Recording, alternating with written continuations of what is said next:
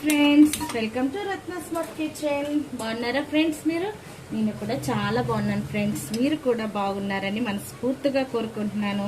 ఈరోజు ఒక మంచి రెసిపీతో మేము ముందుకు వచ్చేసాను ఫ్రెండ్స్. ఏంటంటే పచ్చి రొయ్యలు చింత చిగురు మీకు చేసి చూపిస్తున్నాను. చూడండి, ఇదిగోండి, నేను ఒక కేజీ రొయ్యలు తీసుకున్నాను ఫ్రెండ్స్. వీటిని శుభ్రంగా క్లీన్ చేసి పెట్టుకున్నాను. పసుపు ఉప్పు వేసి క్లీన్ చేసుకొని ఈ మధ్యలో వేణి ఉంటుంది కదా, అది కూడా తీసి ఇలా క్లీన్ చేసి నీట్గా పెట్టుకున్నాను ఫ్రెండ్స్. తర్వాత ఇలా చింత చిగురు తీసుకొని వీటిని కూడా శుభ్రంగా ఇలా కాడలు లేకుండా, ఇలాంటి కాడలు ఉంటాయి ఫ్రెండ్స్, వాటిని అన్నిటినీ తీసేసుకొని ఇలాగా కడుక్కొని శుభ్రంగా పెట్టుకున్నాను, పక్కన పెట్టుకున్నాను. ఆయిల్ కాగిన తర్వాత ఆవాలు జీలకర్ర వేసుకోవాలి, ఎండుమిర్చి, తాలింపు వేసుకుంటే ఇక్కడ ఆవాలు జీలకర్ర ఎండుమిర్చి కరివేపాకు వేసేసిన తర్వాత మనం సన్నగా తరిగి పట్టుకున్న పచ్చిమిర్చి ఉల్లిపాయ ముక్కలు ఇందులో వేసేసుకోవాలి. ఈ కర్రీకి నేను ఒక 3 ఉల్లిపాయలు తీసుకొని ఇలాగా సన్నగా తరిగి పెట్టుకున్నాను ఫ్రెండ్స్. ఈ ఉల్లిపాయలు బంగారు రంగు వచ్చేంత వరకు మనం బాగా వేయించుకోవాలి. ఉల్లిపాయలు ఇలా బ్రౌన్ రంగు వచ్చేంత వరకు వేయించుకోవాలి. ఇలా వేగిన తర్వాత ఒక టమాటాని ఇందులో వేసేసుకోవాలి. ఆల్రెడీ చింత చిగురులో కొద్దిగా పులుపు ఉంటుంది కాబట్టి ఈ టమాటా ఎక్కువ వేసుకోవాల్సిన లేదండి. అందుకే నేను ఒకటే హాఫ్ ముక్క వేస్తానంటే, మీరు పులుపు ఇష్టం అనుకోండి ఒక టమాటా వరకు వేసేసుకోవచ్చు. టమాటా వేగుతుండగానే మనం 1 టేబుల్ స్పూన్ వరకు నిండుగా 1 టేబుల్ స్పూన్ వరకు అల్లం వెల్లుల్లి పేస్ట్ వేసేసుకోవాలి. ఈ అల్లం వెల్లుల్లి పేస్ట్ పచ్చివాసన పోయేంత వరకు మనం బాగా వేయించుకోవాలి. అల్లం వెల్లుల్లి పేస్ట్ కొద్దిగా వేగిన తర్వాత 1/2 టేబుల్ స్పూన్ వరకు పసుపు వేసుకున్నాను. నేను నా కర్రీస్ అన్నీ మీరు గమనించినట్లయితే నేను ఆయిల్లోనే పసుపు అనేది వేసేస్తూ ఉంటానండి. ఎందుకంటే అలా వేస్తే కర్రీ కలర్ఫుల్గా ఉంటుంది. మన మధ్యలో వేసుకున్నాం అనుకోండి పసుపు పచ్చివాసన వస్తుంది.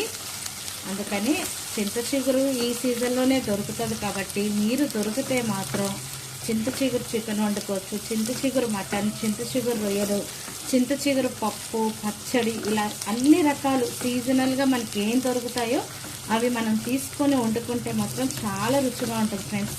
నేను చాలా రోజుల నుంచి చూస్తున్నాను, నాకైతే మొన్నే దొరికింది అంతే తీసుకొని పచ్చి రొయ్యలు చింత చిగురు వండుతున్నాను.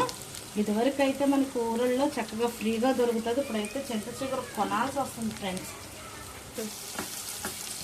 చూడండి, ఇలా వేగిపోయింది కదా, అల్లం వెల్లుల్లి పేస్ట్ అన్నీ బాగా వేగిపోయాయి. అలా వేగిపోయిన తర్వాత కొద్దిగా ధనియాల పౌడర్ 1 టేబుల్ స్పూన్ వరకు ధనియాల పౌడర్ వేసాను. కొద్దిగా జీలకర్ర పౌడర్ వేసుకొని వీటిని కూడా ఆయిల్లోనే బాగా వేయించుకోవాలి. ఈ మసాలాలన్నీ వేగిన తర్వాత మనం ముందుగా క్లీన్ చేసి పెట్టుకున్న రొయ్యలను ఇందులో వేసుకోవాలి. ఈ మసాలాలన్నీ కూడా రొయ్యలకు పట్టేలాగా కిందకి మీదకి బాగా కలుపుకోవాలి. రొయ్యలు పెద్ద సైజు తీసుకున్నాను, బాగున్నాయి కదా.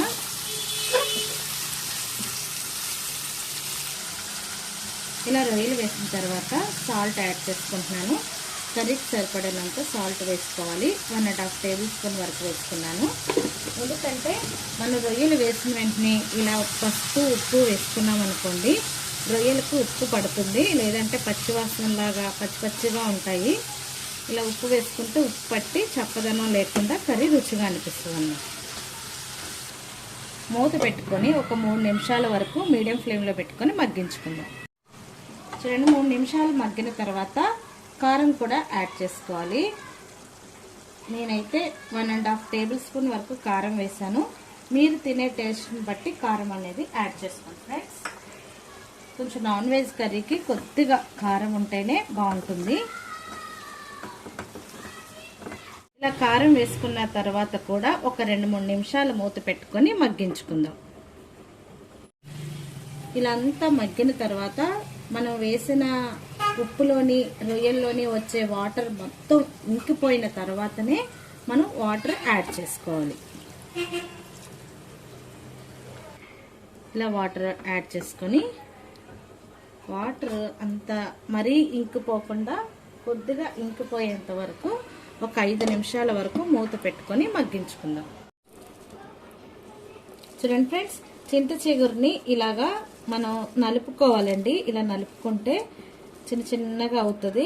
చిన్న చిన్నగా అవి మధ్య మధ్యలో మనకి ఏమన్నా కాడలు ఉన్నా వాటిని తీసేసుకోవచ్చు. ఇదొక ప్రాసెస్లో చేయొచ్చు ఫ్రెండ్స్. ఇంకొకటి ఏంటంటే చింత చిగురుని ఉడకపెట్టి కూడా చేయొచ్చు. అదొక ప్రాసెస్. అదొక రకమైన టేస్ట్ వస్తుంది, ఇదొక రకమైన టేస్ట్ వస్తుంది. ఎవరికి ఇష్టమైనట్టు అలా తినొచ్చు.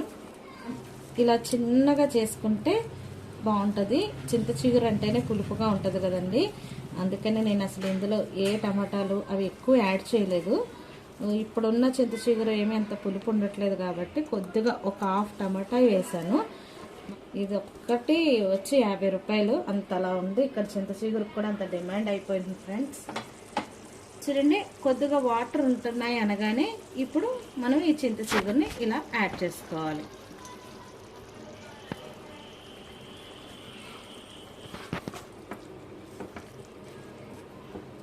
ఇలా కలుపుకోవాలి. కిందకి మీదకి కలుపుకొని మూత పెట్టుకొని ఒక 10 నిమిషాల వరకు కూడా మగ్గించుకొని ఉడికించుకోవాలి. ఇది మెత్తగా అయ్యేంత వరకు. ఉప్పు కారం ఇప్పుడే చూసుకోవాలండి. నాకు కొద్దిగా ఉప్పు తక్కువ అనిపిస్తుంది. కారం అయితే సరిపోయింది. నేను ఉప్పు వేసుకున్నాను. ఉప్పు వేసుకొని దాన్ని బాగా కలుపుకుంటున్నాను. కలుపుకొని మూత పెట్టుకొని ఇంకా ఉడికించుకుందాం. కొద్దిగా వాటర్ యాడ్ చేస్తున్నాను ఫ్రెండ్స్, ఎక్కువ కాదు, కొద్దిగానే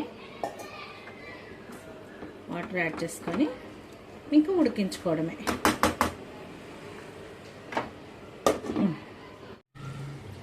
చూడండి, ఆయిల్ అంతా పైకి తేలిపోయింది. కర్రీ కూడా చక్కగా ఎగిరిపోయింది. ఇలా ఎగిరిపోతే గ్రేవీగా కలుపుకోవడానికి బాగుంటుంది. ఇంకా దగ్గరగా చేసుకుంటే బాగోదు కాబట్టి నేను ఇలాగా దింపేసుకుంటున్నాను. ఇలా అయితే కలుపుకోవడానికి బాగుంటుంది ఫ్రెండ్స్. అంతే, ఎంతో రుచికరమైన చింత చిగురు పచ్చి రొయ్యల కర్రీ రెడీ అయిపోయింది. ఇంకా ఫైనల్గా కొత్తిమీర వేసేసుకుందాం. ఇంకా మన ఛానల్ని ఎవరైనా సబ్స్క్రైబ్ చేసుకోకపోతే సబ్స్క్రైబ్ చేయండి, లైక్ చేయండి, షేర్ చేయండి, పక్కనున్న బెల్ ఐకాన్ని క్లిక్ చేయండి ఫ్రెండ్స్. ఇలాంటి మంచి మంచి రెసిపీతో మేము ముందుకు వస్తాను. ఇంకంతే, స్టవ్ ఆఫ్ చేసేసుకుందాం. ఫైనల్గా కొత్తిమీరతో గార్నిష్ చేసుకుంటే వేడి వేడిగా తిన్నామంటే సూపర్ అంటే సూపర్ ఉంటుంది ఫ్రెండ్స్. మరొక మంచి వీడియోతో మేము ముందుకు వస్తున్నంత వరకు బాయ్.